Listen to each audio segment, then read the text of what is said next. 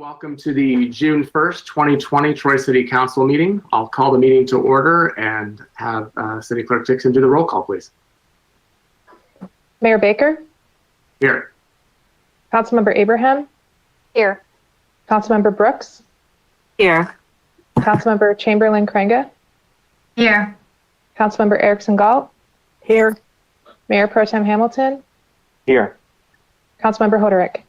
Here. All present.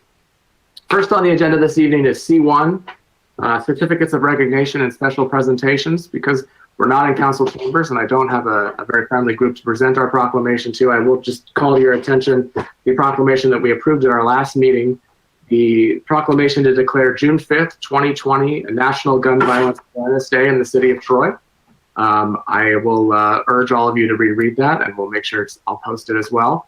But it is we have declared June 5th, Friday, June 5th, National Gun Violence Awareness Day in the city of Troy. We urge all of you to wear orange on that day to draw attention to it. And other communities and places throughout the country will be doing the same. So that we are our proclamation we approved at the last meeting. So next on the agenda is, there are no carryover items, there are no public hearings, so that takes us to public comment. City Clerk Dixon, do we have any public comment this evening? Thank you, Mayor. We have one comment that was submitted by email from Justine Galbraith. I'd like to extend my thanks to the council for proclaiming June 5th to be Wear Orange Day, or Gun Violence Awareness Day. For a third year, Troy has joined the national movement to remember those lost to gun violence and stand with survivors. I am proud of and thankful for my community for doing so. We know that 100 Americans die per day due to gun violence. We are aware of our country's mass shooting problem and terrified in particular of school shootings. In some ways, the shutdowns and quarantines caused by the COVID-19 pandemic has helped. With no schools open, no mass congregations, mass shootings have decreased, and many people feel safer in the security of their homes. For some, however, gun violence persists. CBS News reported on May 8th that deadly unintentional shootings by children increased 43% in March and April compared to average gun deaths during the same 2 months over the last 3 years. 1, quarantine is unsafe for victims of domestic abuse who must shelter in place with their abusers. Time magazine reports that the very technique we are using to protect people from the virus can perversely impact victims of domestic violence. 2, we know from Everytown for Gun Safety that abusers with firearms are 5 times more likely to kill their victims. 3, which makes quarantining in a domestic violence situation, particularly if the abuser is a gun owner, even more dangerous.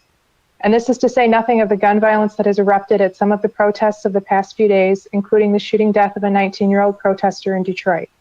This means that the 100 person per day average continues, and more survivors are forced to live with their trauma and loss.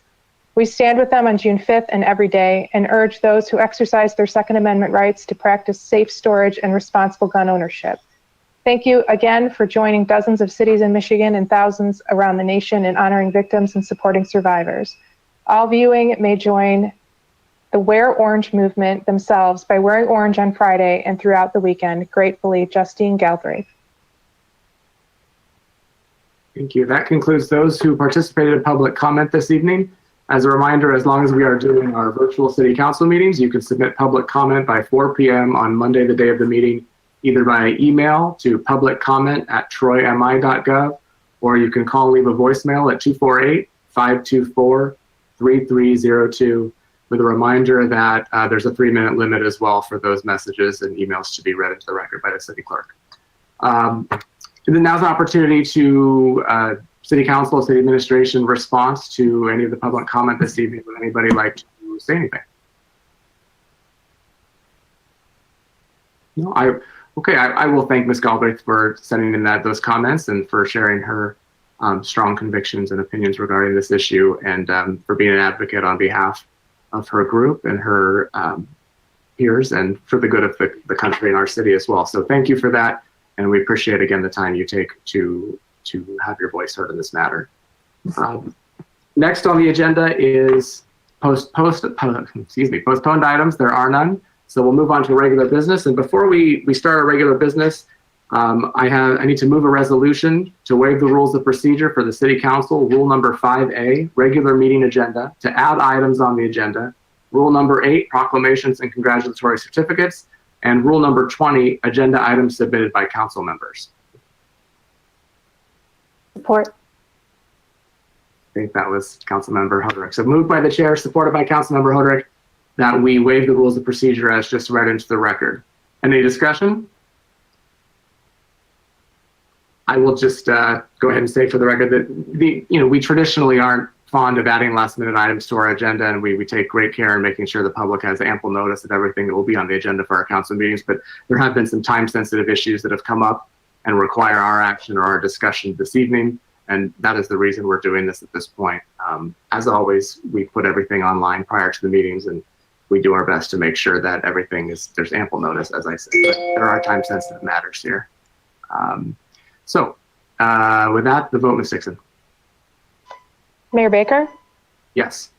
Councilmember Abraham, Yes. Councilmember Brooks, Yes. Councilmember Chamberlain Krenga, Yes.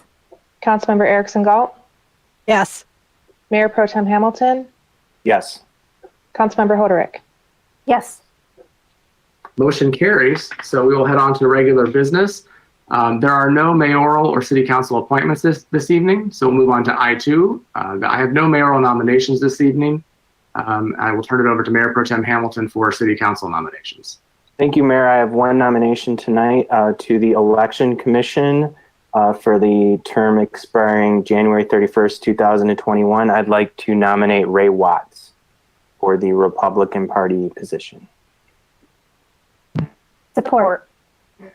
Moved by Mayor Pro Tem Hamilton, supported first by Councilmember Abraham, that we appoint or nominate Ray Watts to the Election Commission as the Republican representative for the term expiring January 31st, 2021.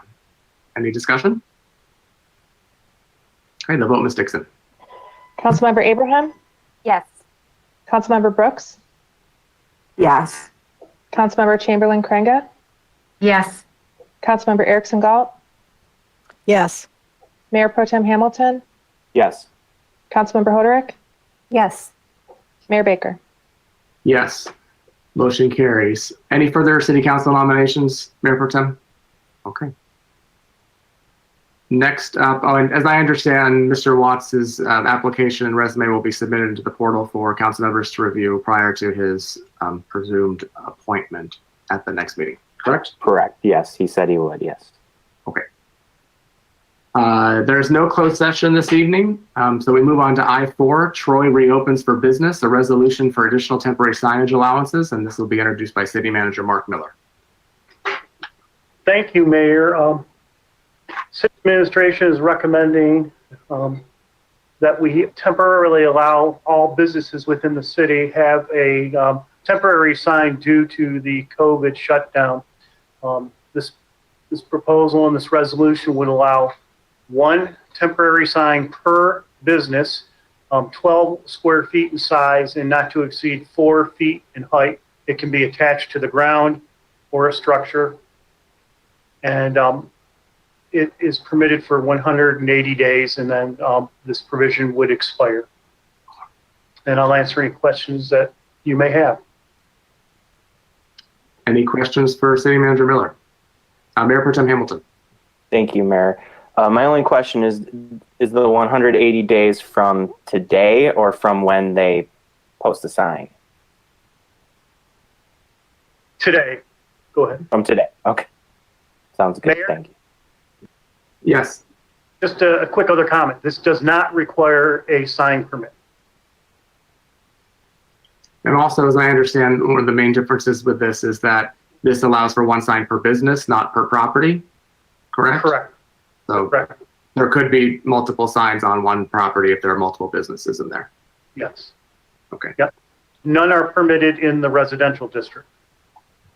Right. Any other questions? City management? Anyone like to move the resolution? Not really. Councilmember Abraham? Thank you, Mayor. I will move I4, Troy reopens for business, a resolution for additional temporary signage allowances as printed. Support. Moved by Councilmember Abraham, supported by Councilmember Erickson Galt, that we approve I4, Troy reopens for business, a resolution for additional temporary signage allowances. Any discussion? Mayor Pro Tem Hamilton. Thank you, Mayor. Yeah, I think this is very appropriate given these unusual circumstances and troubling circumstances we're in now. I know that the governor today, and I haven't reviewed the orders completely, but is reopening all retail restaurants, not things like barbershops or spas or anything like that, but all restaurants will be able to be open, I think, at 50% capacity with all the normal caveats like social distancing, 6 feet, wearing masks, and all that, correct? So this combined with that, I think, should give a boost to a lot of the businesses that are struggling right now. So I think it's a great idea. I just thought of a question. Are there any DDA restrictions for signage, temporary signage along the Big Beaver corridor that this conflicts with? Well, it conflicts with almost all business districts in the sense that it's permitting extra signs. Okay. So this will allow a business in the DDA district to have these same temporary signs. I guess that's my question. Yes, that is correct. Any other discussion? Okay, the vote, Ms. Dixon. Councilmember Brooks, Yes. Councilmember Chamberlain-Crainga, Yes. Councilmember Erickson Galt, Yes. Mayor Pro Tem Hamilton, Yes. Councilmember Hoderick, Yes. Mayor Baker, Yes, Councilmember Abraham. Yes. motion carries. Next up on the agenda is I5, which is a late submittal, relocation of absent voter counting board for elections in 2020, and this will be introduced by City Clerk Dixon. Thank you, Mayor. I apologize for the late submittal item, but this is a situation that we've never found ourselves in before, so we need to have this approved by council this week in order to meet the deadline set by the state for moving precincts or counting boards. What we need to do is move the counting board that usually meets in City Hall to the community center to the banquet area due to the fact that we're going to need probably about double the number of people that we normally have working in the counting board. And we expect, at this point, it's hard to say how many absentee ballots we will get, but since the Secretary of State sent applications to all the voters that are not on our permanent list, it's potential that we could have up to 30 or 40,000 ballots for the August election or the November election. And so we just don't have the room in City Hall to be able to house 50 people seated 6 feet apart or so, plus up to 30 or 40,000 ballots in there. So we're going to move our operation just for 2020. We want to do this for August and November. I don't expect that we'll have to do this in 2021, but just because of the extenuating circumstances, we just trying to be proactive and come up with a plan so that everyone can work safely and hopefully quickly. So, thank you. Any questions for City Clerk Dixon? I just have a quick one. Will there need to be any additional security measures taken by having it located at the community center as opposed to City Hall, or is that anticipated to this, or can you address that at all? Right. So I'm working with Mrs. Bowe, the recreation director. We are going to kind of cordon off the area for the banquet center so that we can take over the banquet rooms and the meeting rooms across the hall. There won't be any other meeting groups allowed to come in that area, and there won't be any more anybody outside of the counting board allowed in that area. The counting board members, as you may know, are sequestered. They'll still be sequestered. They're going to have to be traveling in pairs or groups. They won't be allowed to be that by themselves. That banquet door will be monitored to make sure that nobody from the public comes in. There'll be signs outside the areas that it's a restricted area. And then any voters that would come to the precincts that are normally in that area will be redirected over to the north entrance, and the precincts that are housed in the community center will be in the area of the senior cafe. Sounds like you've thought that through, so I appreciate it. I had no doubt. So any other questions for city manager at this point? All right, I'll go ahead and move I-5, relocation of absent voter counting board for elections in 2020. I'm going to read it. Whereas there's expected to be a dramatic increase in the absentee ballots in 2020 due to no reason absentee voting, the mailing of absentee ballot applications by the Michigan Secretary of State, and the already peak interest in voting due to the presidential election. And whereas due to COVID-19, the 50 or more workers needed in the absentee voting counting board must be socially distanced while processing a record number of absentee ballots at both the August and November 2020 elections, and the space previously used in City Hall will not accommodate them. Therefore, be it resolved that the Troy City Council hereby authorizes the city clerk to relocate the absent voter counting board to the Troy Community Center for both the August 4th, 2020 and November 3rd, 2020 elections. Support. Moved by the chair, supported by Mayor Pro Tem Hamilton, that we approve I-5 as just read into the record. Any discussion? Seeing none, the vote, Ms. Dixon. Councilmember Chamberlain Craig, Yes. Councilmember Erickson Galt, Yes. Mayor Pro Tem Hamilton, Yes. Councilmember Hoderick, Yes. Mayor Baker, Yes. Councilmember Abraham, Yes. Councilmember Brooks. Yes. Motion carries. That concludes regular business. Next up on the agenda is the consent agenda. Did anybody have any item they'd like to pull this evening? No. Would anybody? Mayor Pro Tem Hamilton. I'll move all items on the consent agenda as printed in the agenda packet. Support. Moved by Mayor Pro Tem Hamilton and supported by Councilmember Brooke that we approve all items on the consent agenda as printed in the agenda packet. Any discussion? The vote, Ms. Dixon. Councilmember Erickson Galt, Yes. Mayor Pro Tem Hamilton, Yes. Councilmember Hoderick, Yes. Mayor Baker, Yes. Councilmember Abraham, Yes. Councilmember Brooks, Yes. Councilmember Chamberlain Craig. Yes. Motion carries. Next on the agenda is memorandums and future council agenda items. There are none this evening. We already have handled public comment. So next up will be council referrals. We have one this evening and one which is brought by Councilmember Brooks. So I will turn it over to Councilmember Brooks. Thank you, Mayor Baker. And thank you for everybody's support with this. Essentially, sorry to bring a late agenda item as well, but in light of the current events that are happening across our nation, I thought that it was important for City Council to make a statement as a whole, as you know, as all of council, and just let our community know that we are hearing them, that we understand kind of what everyone is dealing with during this difficult time. I think that words without actions doesn't have much meaning, and so I think it's important that as council we continue to push ourselves to be better and commit to constantly evaluating our policies and procedures and just continue to improve our practices through the city. Wonderful.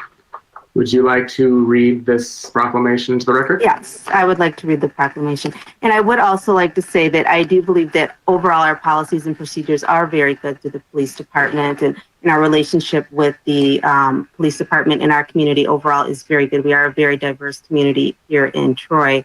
But I think it's important that we're always, pushing to do better and that we commit to always, serving the needs of our community. So the proclamation states, whereas the people of the city of Troy are dedicated to two equally important propositions. First, that all people are created equal. And secondly, we do not live for ourselves alone. Our country, our community, and our friends have a share in us. And whereas the people of the city of Troy recognize that justice and freedom have never come easy, that justice demands we demonstrate equity and empathy towards others, and that without action, words have little meaning. And whereas the people of the city of Troy recognize that we are a community where all citizens, regardless of their background, must be treated fairly in the eyes of the law. And whereas the racial, cultural, and religious diversity of the city of Troy makes it unique in the state of Michigan.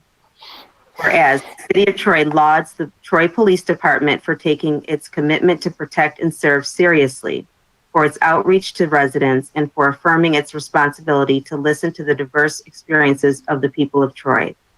Now, therefore, be it resolved that the city of Troy pledges itself to growing stronger as a community, to serve as an exemplar of how strength and unity are quintessential American commitments, and be it further resolved that the city of Troy will continue to focus on the best hiring and training practices at all levels of government to ensure the best possible outcomes for all citizens, and be it further resolved that the city of Troy dedicates its government to embodying integrity, accountability, and professionalism while respecting the United States Constitution and its laws in order to ensure justice for all.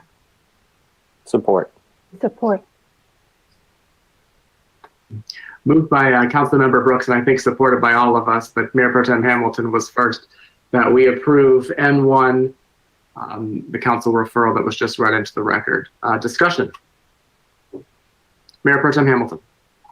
I'm going to read out a little statement I wrote earlier just to kind of capture my thoughts on this moment in our country. This is an extremely difficult time for our country, from the death and sickness of the coronavirus to the economic distress, and from these awful violent injustices inflicted on our fellow citizens, on our African American neighbors. I condemn these acts against them and vow to make sure I use my office to fight racism as best as I can. Our former police chief, Gary Mayer, and current police chief, Frank Nastasi, have made community policing, strict standards of conduct, and rigorous hiring practices a priority, which helps make Troy Police Department one of the best in our country. I will ask our police department to continue this mission and to continue to root out bias and racism wherever it festers. Ahmaud Arbery, Breonna Taylor, George Floyd should all be alive today. And I hear those who protest.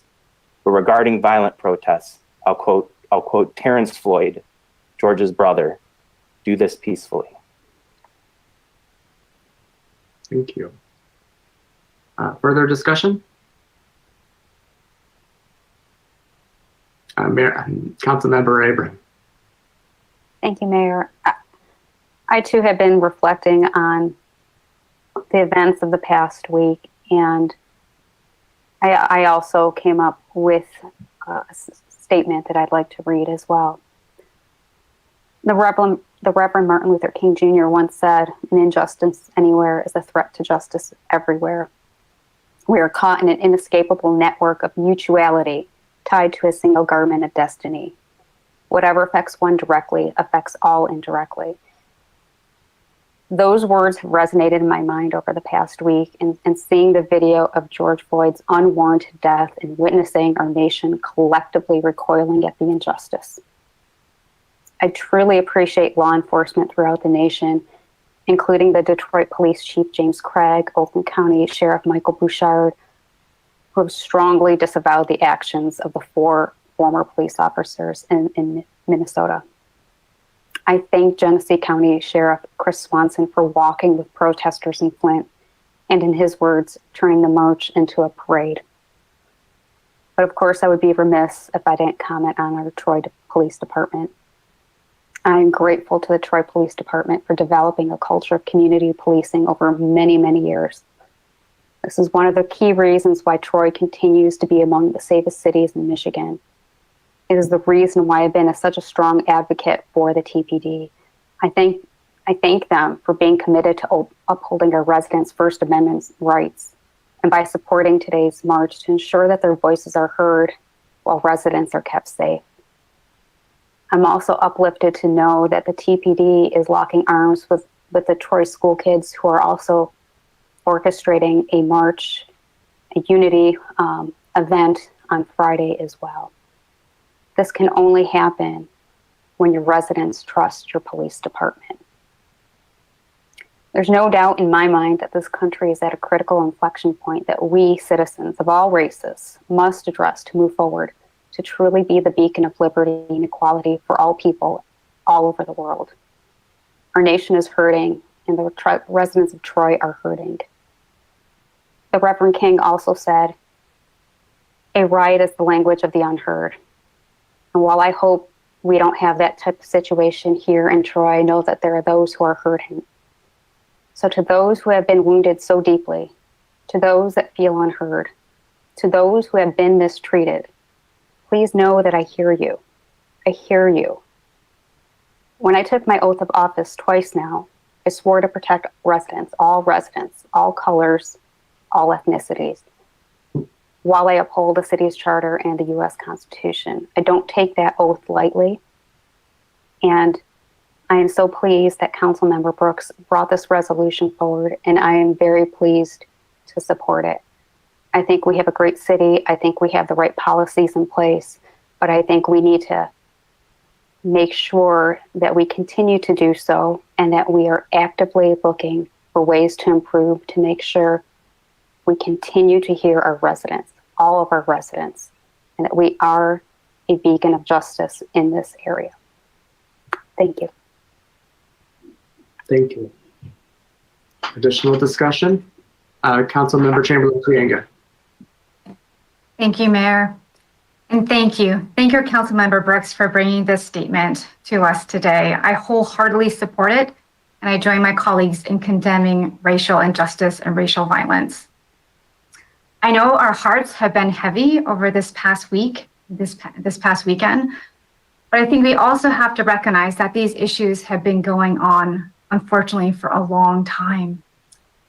And I believe by saying yes to this statement, we're saying no to that racial inequity, that racial violence, that racial injustice. And so I proudly stand with this statement. And as some of you know, before I joined City Council, I had the great honor to serve on our Global Troy Advisory Committee here in the city. And on my very last meeting, as it turned out, I had a chance to share my diversity journey, the initiative that we're all doing. Because we all have diversity stories, we all have diversity journeys that we're on, whether you realize it or not. And as I shared that, I shared a painful experience. As it turns out, I do have some diverse roots in my background. And the full extent to which I'll never fully know, as my grandmother passed away this year. And I shared how when I was young, I experienced some comments made against me around my perceived background. And what I view that as, it actually caused me to really devote my life to social good. And it led me to go on and work in areas and conflict zones where there was killing over ethnicity, over language, over religion, over other forms of identity, and wanted to commit my life to tackling the inequity that leads to such acts of violence. But I want to be mindful right now that as throughout my life, I have identified and been identified as a white woman. And what I feel right now as a white woman, first and foremost, I need to be quiet and I need to listen. I need to stop and I need to seek to empathize. And I need to stop and ask and find ways to be an ally. How can I be an ally with my friends of color?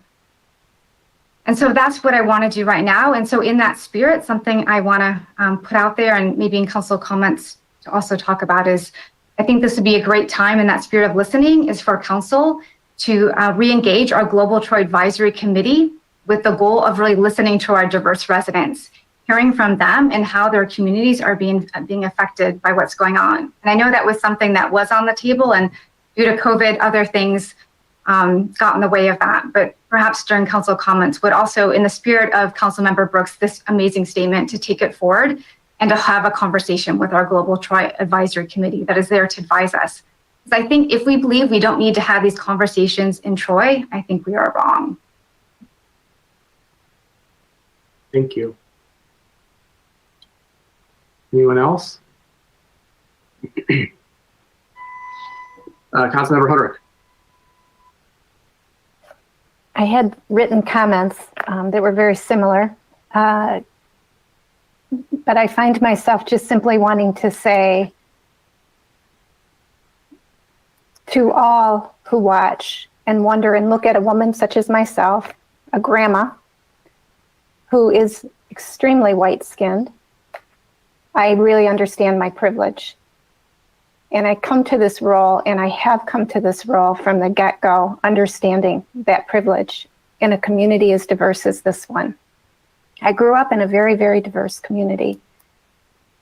And I think it's important that anyone who doesn't know me, who's maybe looking at this council for the first time, trying to understand who's leading in this time, this very troubling time. Who's here? Do they represent me? I want to commit to this resolution and, of course, support it. And Councilwoman Brooks, I applaud you for taking the initiative to do it. And I want to say that in a sense for me, this is a recommitment to all the work that I've been doing since I came on council and even before. For some history, folks may not remember, but we had a Troy Alliance Against Hate, which was facilitated and supported by our Troy PD wholeheartedly. In fact, the meetings were held at the Troy Police and Fire Training Center. And some of the best education I ever had in understanding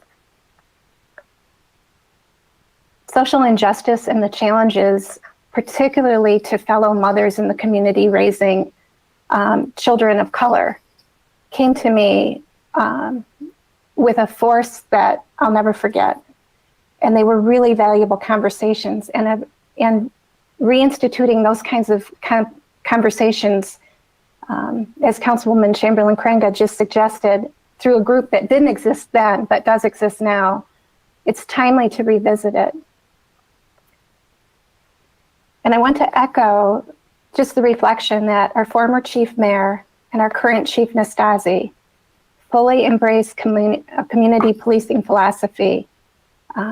When we were meeting in chambers and we could sometimes talk after a meeting at the back of the room, I'd often reflect and share with Chief Nastasi what I would be reading and understanding about community policing across the country, lessons we can learn, dialogue we can have. And I continue to do that and will continue to do that.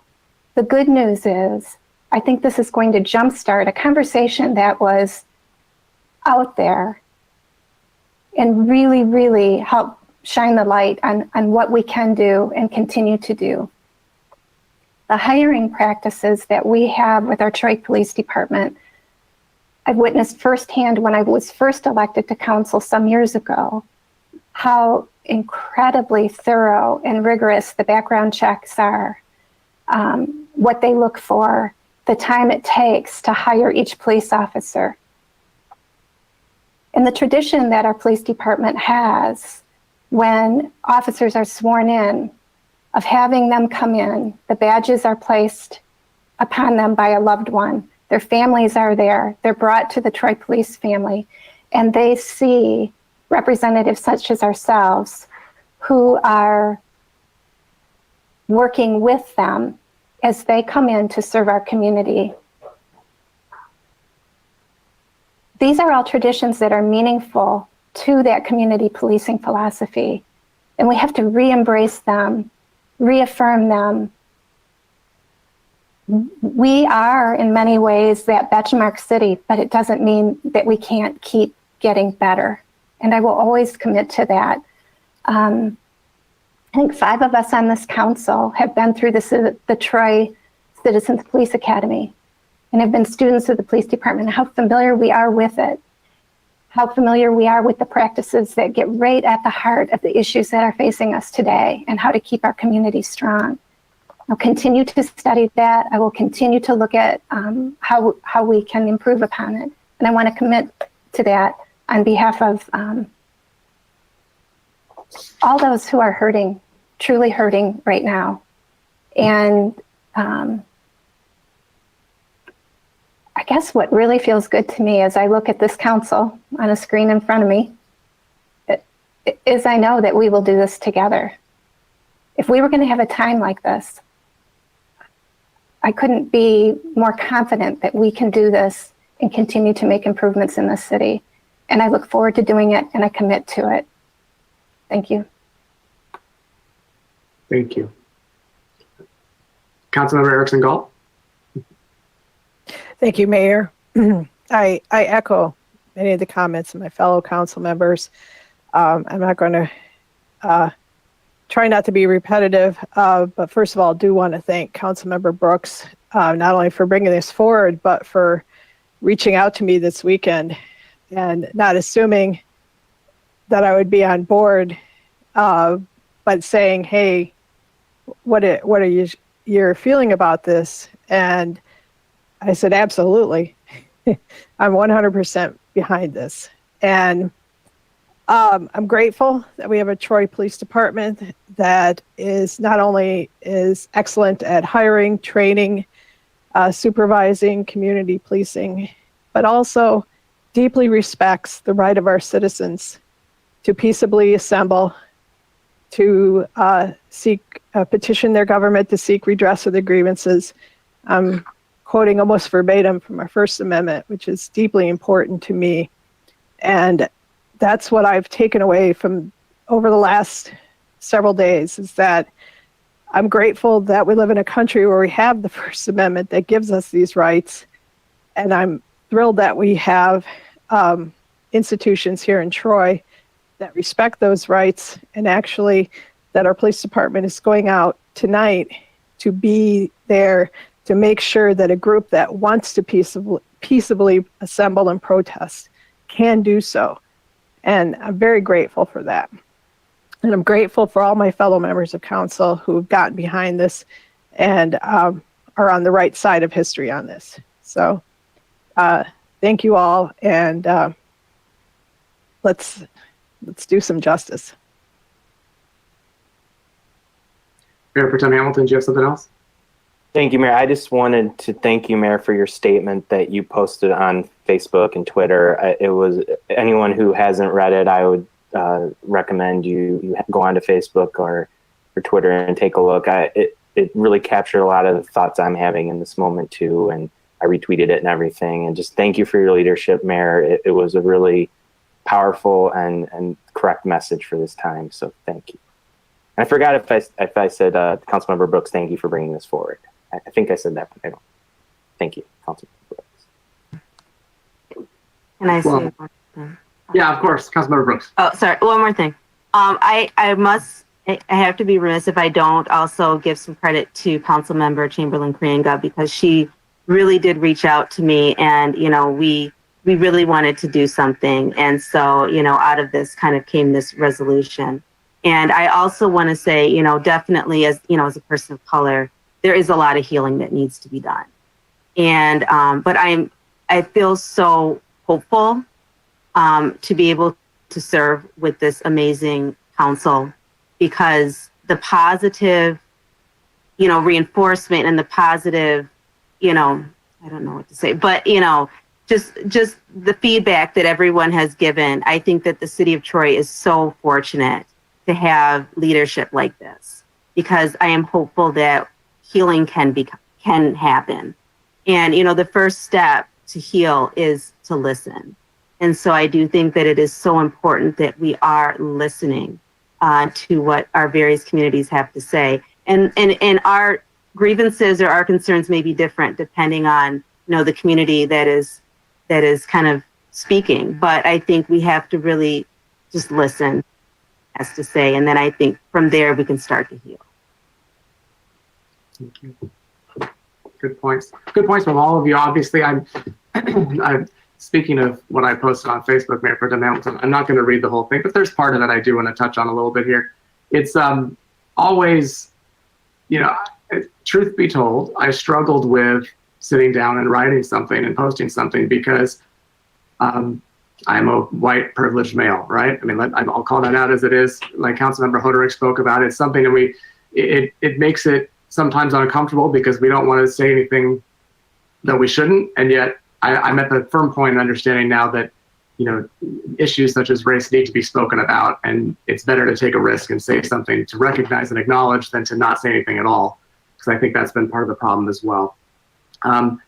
I certainly do not experience personally the clear struggle people of color do face in our country, and I can't remark in that regard. I posted about in my statement over the weekend. I'd watched the mayor of Atlanta, Keisha Lance Bottoms' press conference, And it was very impactful to me. And in the media, it mostly got shortened down to a soundbite of her telling, rioters and looters to go home. But there was a lot more to it there. And as I watched her, I saw her speak about her 18-year-old son and how when she heard rumors of the violence coming to her city, she called her son and told him to stay home because, quote, "I cannot protect you and black boys should not be out today." And I sunk right there. As a white man and father, I just don't have any concept of what that is like. I just don't. And the truth is, I don't worry about my children being targeted based on the color of their skin. And I likely never will. And it's always important to continue to let that sink in. I don't pretend to be a scholar on race and racism. And there's hundreds of years of history in America alone of that. But I do know enough about right and wrong to see the injustices that exist in this country, and we must do better. And as the mayor of our city, it is my hope that we here in Troy can be mindful of the privileges we have and recognize how fortunate we are as we witness many injustices around us. But there's always more that we can do. Our community alone isn't going to solve or fix these problems, but if we proactively increase our awareness and have these conversations, it certainly should help. And I thank Councilmember Brooks for bringing a referral forward, and it's a shortened time frame, and you did a great job doing that and bringing it in. There should be a statement coming from all of us on council and from the city regarding this. I am also very thankful to our Troy Police Department, who, as we speak, are certainly out escorting and walking with or protecting the city of Troy, as hundreds of peaceful protesters are in our city right now. They've worked really hard to help, not hurt. And I think that says a lot about our police department and our city as a whole. We also know that there's a report that's being prepared on policies and procedures talking about use of force and hiring and training of police officers, and that will be coming to us. I don't know exactly when, but soon, and that report will also be made public for anybody that wants to see it. I'm very proud of our police department for their leadership in the region.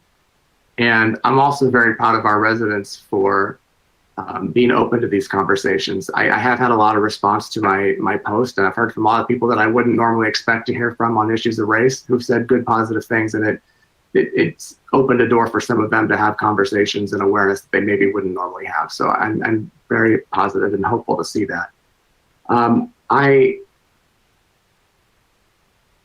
would hope, we haven't voted on this resolution yet. I'm sure it'll pass based on what I'm hearing. But I'm hopeful that it could be also placed on our city website and our city social media once it's finalized. I don't know if you need us to include that as any part of this vote, or if it's enough for us to give you enough nodding heads to do that. It looks like that should be okay.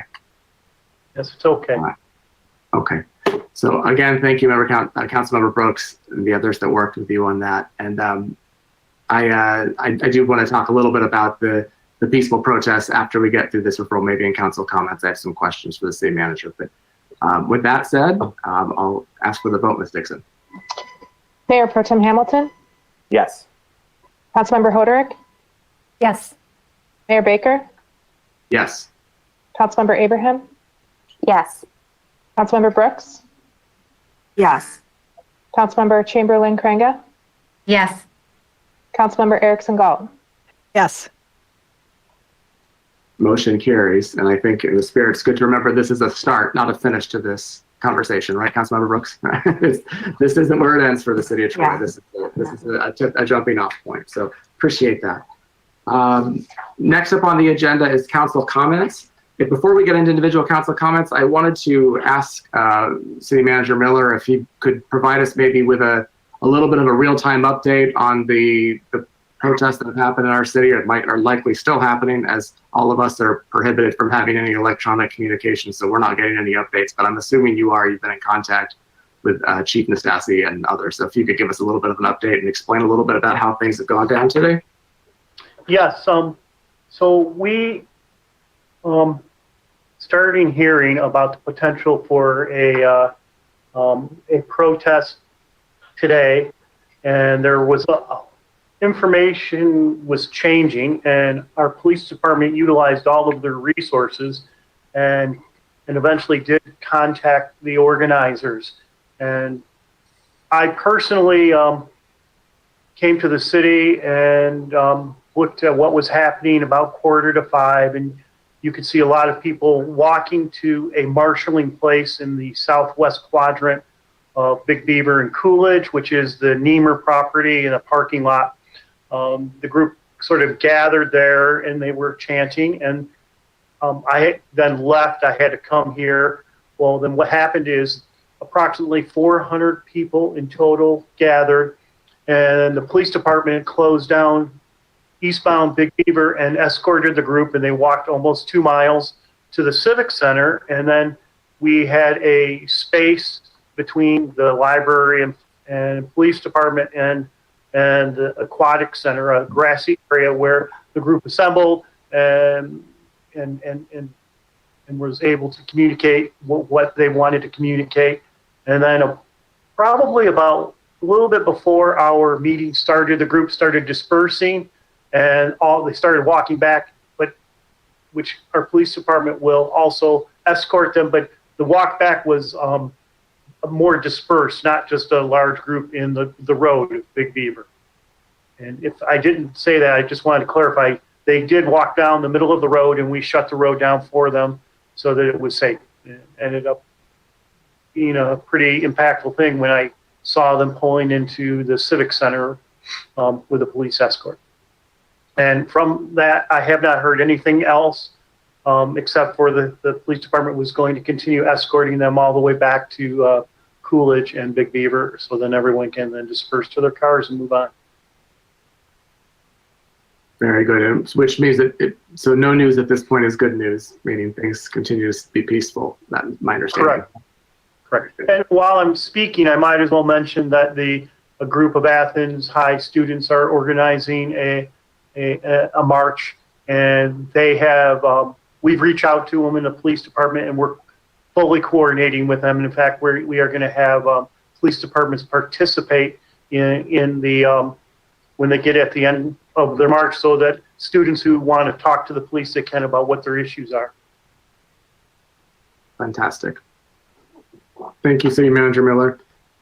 So it's council comments. I don't know if anyone wants to speak directly on that report, but we'll go ahead and go forward. Mayor Pro Tem Hamilton? Yep, I just wanted to do my reminder I do every meeting, but now it's only a week away. Next week, June 8th, Monday at 6 p.m.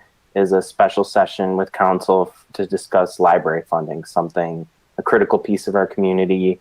In fact, with the governor's new executive order, libraries are opening next week. I haven't heard from the city yet on our plan for when the library will open, but I know that the state is allowing it soon. So it's very timely for this discussion. So again, next Monday, June 8th at 6 p.m., we'll have another virtual council meeting. And then I know that the stay-at-home order is ending. So I guess I haven't heard anything of if council meetings are going to start to be in person or anything. I'm assuming for now we're still doing virtual, but I anticipate that that's going to open up soon.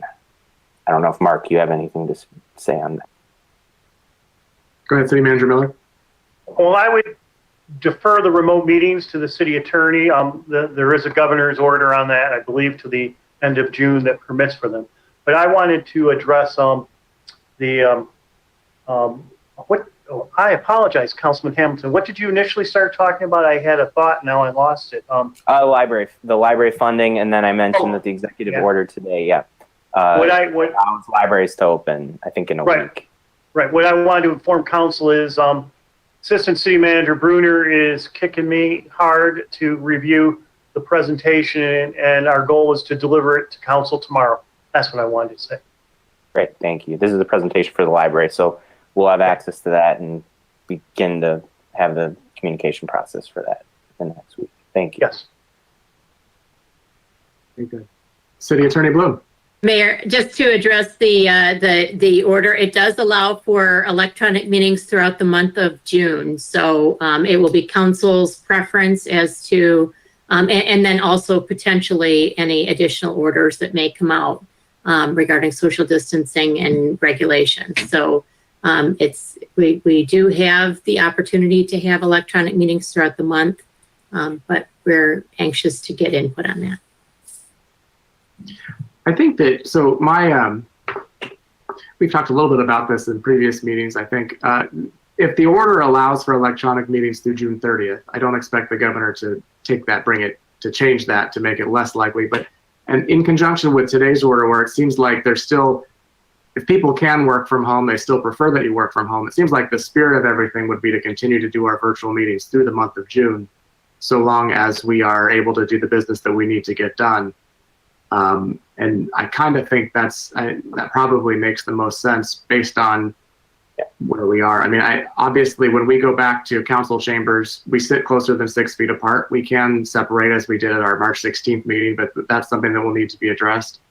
It might be wise for us to continue to do this through the next couple of meetings, just to give everybody ample opportunity to feel perhaps a little bit safer on council, and for City Hall, for all of you to figure out exactly how we're going to go back to in-person chamber meetings. But as long as the governor's order stays through June 30th, and we're doing the essential business that we need to do, it seems like it's probably makes the most sense to continue to do it this way.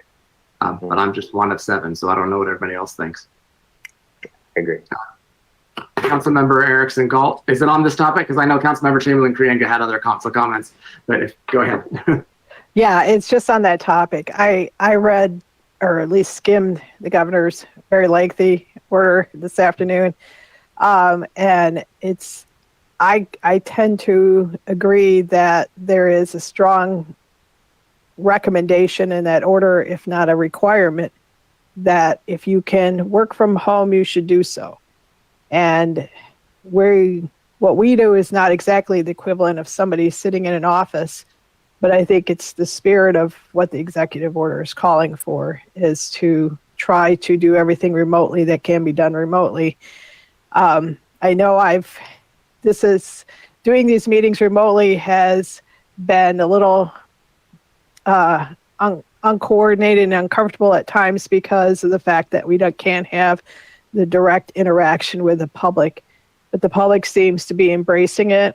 And so I think that for the time being that we need to emphasize safety over any sort of absolute in terms of transparency and so forth, that safety takes the priority here. And we should, in my opinion, we should consider continuing to have these meetings remotely. See lots of nodding heads. Does that give you the direction you need, city manager and city attorney? I would think so. I'm anxious to get back into the chambers in another sense. I mean, I miss it. I do like the feeling of doing the meetings in there, but at this point, I'm not sure it's worth trying to force the issue now if we can do it this way. So, all right, other council comments. Councilmember Chamberlain Krienga. Thank you, Mayor. So my comments, they kind of go back to in their spirit of listening and healing. But I do want to just address what we were just talking about, because I think some of it actually speaks to report P2A. I also want to call out, because I recognize that is a lot of work on the part of human resources. And I think that it's relevant to us as well, because often there's a good deal of thought that needs to go into coordinating all the elements of not only back to work for staff, but also for us being able to be in council chambers and for residents to feel safe and to engage. So I do think it's realistic probably to have another month to feel safe and to give time to figure out and coordinate what this might look like, this new reality of our meetings. But again, do want to call attention to report P2A, serving in my foundation on a pandemic task force that is cross-functional, including with staff from town and HR. I know it's a lot of work to try to figure out how do you bring people back to an office and do it in a safe way. And I think that this lays out really well a lot of good work that the city is doing. The real comment that I had, though, is going back to listening and going back to healing. And it's kind of, I wasn't sure the right place to bring it up, but at the end of my comments during the council referral, brought up this proposal that I know was something talked about at one point before COVID, to do a joint meeting of council and the Global Troy Advisory Committee.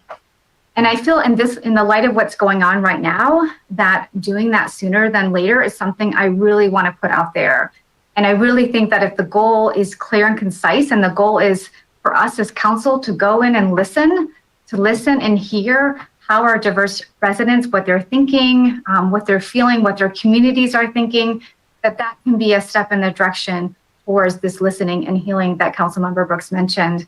So I don't know what the possibility of doing that in this climate. It would not, I'm sure, be easy to do that over Zoom, but not impossible. So I just want to throw that out there. If City Manager Miller has any thoughts on that, or any of my colleagues have any thoughts. City Manager Miller, obviously a lot of those joint meetings and other things we had talked about prior to COVID-19 kind of got put on a shelf until we had a better idea of how we were going to do things. To that point, I don't remember where we were in the process. I think we had kind of just talked about the idea of having that joint meeting, but nothing had really been discussed further because we were in the middle at the time of, felt like week after week after week of special meetings and additional meetings. So, but to Councilmember Chamberlain-Cranga's point, I think that it's definitely a timely thing to do. I'm a little concerned about the idea of adding potentially, it's a big group, 10 more squares on my computer screen. And I'm wondering if how that will play, if we can have the meaningful meeting that we need to. On the flip side, I'm not sure waiting, how long we want to wait, if that doesn't necessarily do any good either. So I don't know if you have any initial thoughts on that. If you want to think about it and kind of get back to us, that would be fine too. But you unmuted yourself, so go ahead.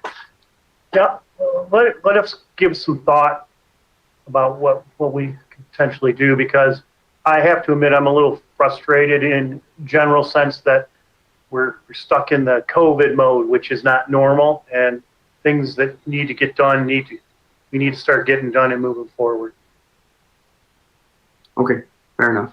Any other council members? Councilmember Brooks? Yes, thank you, Mayor Baker. I had a couple of comments, and I had some communication with Attorney Bloom and City Manager Miller about these. I'm going to try to go through them pretty quickly, but there are three things.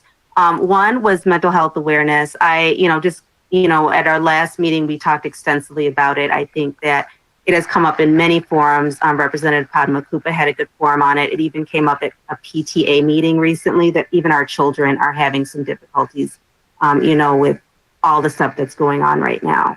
And so I just wanted to make sure that our residents had access to resources at the state and county level. So we do have a link on our website now for our residents to be able to access that information. And it is good information because it provides some mental health resources at free cost or very low cost to individuals. So I think that's important. The second thing was kind of with community outreach. And I know that's one of our goals and our priorities that we had made as far as our initiatives. And, I don't have the answer with this, but I just really want us to kind of think about how we can continue to provide outreach given the limitations that we have right now with COVID. Because I think that it is important to still engage our community. I think now more than ever, I think that our residents need to know that we are here for them, that we're listening to them, and that, provide them with whatever resources they may need or questions they may have. And I know that that's something that we really all wanted to do, and we're all on board with that. But it's obviously become more challenging right now because we can't even attend events that we would normally go to. So I still want to try to think about ways we can accomplish this goal in a unique way. I'm very impressed by a lot of the businesses and, private entities that have come up with unique ideas and ways to still accomplish their goals while, given the limitations that they have. And so I feel confident that we can still do that with council. And then the third thing is with the census. I just don't want that to get overlooked, given all the stuff that's important that we still continue to encourage residents to complete their census, because now, especially given the economic situation, we need as many tax dollars as we can to provide resources and services to our residents. And I know City Manager Miller had informed me of some things that we are doing as a city to reach our communities. Very good. Good stuff. I'm going to jump in here really quick on that because you just brought up a couple of things. I'm going to start with the census because we just did. We've been, last I checked, we were in the high 70s as far as percentage, or maybe even 80% completion rate, somewhere around there, which is good compared to the national average and even is pretty good in Michigan, it still makes me wonder about the other 20%. So it's really quick to do the census, and it does have such an important meaning for us as far as allocation of tax dollars. And we need every time we put a lot of tax dollars out, we need to do our best to make sure we get them back. So we can only do that by showing our true population as best as possible. So the community engagement aspect, as you know, we've been talking about this for a couple of years in many senses, and we have struggled, I think, admittedly, in coming up with a good way to do it. And now we've faced, a global pandemic that's keeping us all from meeting and congregating, which used to be the old-fashioned way to do it, or knocking on door, going door to door. You can't even really do that right now. So there has been struggles. And I'm constantly thinking about this because I think it's really important to what we can do as representatives and what we do in our city to show that, one, we care, and two, not only, we're going to listen to you because that's how we're better representatives. I'm going to call her out a little bit, but I talked to Councilmember Chamberlain Krianga. It's been a week now. I think it was right around Memorial Day, and we had a good conversation about some of these issues and trying to figure out what we could do. And I've kicked around the idea of trying to have some regular, even these like Zoom or GoToMeeting or Zoom, where, open him up to the public, come talk to the mayor, and maybe have another one of you council members come with me. Obviously nowhere near quorum, City Attorney Bloom, so you don't need to worry about that. But I think we can get away with a couple of us having these kind of online meetings, and, maybe we get one person that comes on, maybe we get 15. But I think that would go a long way towards showing that, we are trying to still reach you. It's difficult because of the restrictions we have right now. So I kind of went through a little bit of things this week trying to figure out how I would make that work with my schedule, and I'm eager to do it. So look for something coming from me, and we can talk with some of the council members to work on that, because I think that would be at least a start. And, I imagine as we come out of COVID-19 restrictions or, soft openings of things, there'll be a little bit more clarity on what we can do and what we should do, what we shouldn't do. And, we have to look back at going back to the survey options that we can do as a city. We had really good results from the kind of the pop-up surveys that the Parks and Recreation did when they were seeking information. So there is a good response rate, and people are eager to give their opinions, even if they're yelling loudly at us, which can happen sometimes too. But, we do need to constantly be working at that. I'm really thankful, Councilmember Brooks, that you are bringing that up again, and to keep it fresh. We've talked about in the past how sometimes we talk about these things and then it seems like there's a lag before anything gets talked about again. So we have to keep bringing them up, because that's how we'll actually take appropriate action. I see City Manager Miller's hand going up. So, Mark? Yes, I talked with Councilwoman Brooks about this issue, and I informed her, and I want to let the rest of council know that we are going to be recommending at the next regular council meeting that we hire a firm to do a survey, and the firm specializes in municipal, so you can benchmark yourself against other communities, but then also retest yourself about the same subjects in a year or two down the road. And so that will be coming forward, and I think that will be helpful, because council wanted to do survey work, but it just fell on the side, and we found the time, and we thought it's important to move forward on this to help get input from our residents. Very good. Additional council comments? I don't see any. So next up are the reports. We had a little bit of conversation about some of the reports. Any comments about the reports? Mayor Pro Tem Hamilton. Just real quickly, there's the quarterly interim financial report from the city, which covers the first quarter of this year, which is the third quarter of our fiscal year. So ending March 31st, 2020. I looked through it. Nothing really stood out to me from reduced revenues regarding the shutdown, which happened, right around the middle of March. So maybe there were some effects, but I couldn't really see any too drastic movement at that point. I think our big items like property tax or state shared revenue or gas tax dollars were not affected yet in that quarter. But Mark or do you have any further comment on that? I don't see Rob here, our CFO, but it was interesting to see everything looked kind of normal to me in that report. I'm sure most of the big revenue changes are going to be in the next quarterly report, but do you have any comments on what we saw there? Yes. Yes, I did have discussions with our Chief Financial Officer, Rob Melzek, and the thing that he wanted to get across the council if this came up is that this is like the 40,000-foot view, and it really can't be used for a tool to forecast.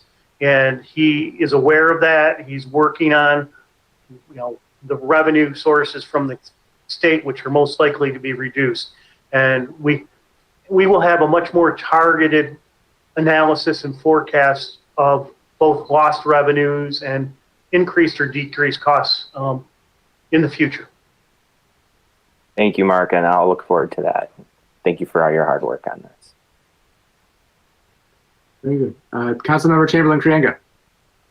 May I ask a question on this? So as I read the report, the one thing that sort of stood out, I don't think it's any reason for alarm, but is around the aquatic center, because often those passes are sold, the highest amount volume that's sold is in May and June, which is part of this fiscal year. And of course, those are not being sold. And so the question is, I know the governor is allowing pools to open, but just to clarify, we did still make a decision that our pool will remain closed. Is that correct, despite what the governor decides? We did make a decision to keep it closed, yes. Thank you. And just for further on that, for a couple of reasons. One of them, some of the maintenance hadn't been able to be done because of the shutdown order, and also because the seasonal hiring that needs to take place in order to effectively and safely operate the pool wasn't able to take place either because of the shutdown. That's my understanding anyway. I know that residents Mayor, that is correct. Every year it gets more difficult to get young people to work part-time in the summer, and it's becoming a real challenge. And by having the delay that it's happening, it would make it almost impossible because we just haven't been interviewing, or we don't have a pool of lifeguards is what it comes down to. Right. Very good. Any other comments on the reports? I would, if I could, if possible, and I don't know, we talked a little bit about it earlier, but if it would be possible to maybe think about putting together some kind of report and plan for how council will come back to chambers at some point, and whether, if there's anything specific you need from us, or if you need more input from us on that. But for some reason, I just can't envision us coming right back and sitting in our normal seats and going back to a meeting as normal. And it wouldn't just apply to us, obviously, it applies to the other boards and committees who will need to meet. Some of them meet in the boardroom around a table, and can that effectively be done if there's still social distancing that needs to be taking place even after the restrictions are further lifted? So just if that would be possible, I'll seek consensus. Is there consensus for them to work on something like that? Okay, very good. Thank you, Mayor. We will do that, and also with the target date of starting live meetings or in-person meetings and starting in July. Very good. Okay, any other comments on the reports? Okay, there is no closed session this evening. I will remind everybody to still stay safe, even if you don't have to stay home, but follow the guidelines that are expected of us to help keep us safe so we don't have to go back in any direction. And also, I will always thank our healthcare heroes and frontline responders for all they've been doing these past several weeks at this point. So thank you. And that's it. We're adjourned. Good night.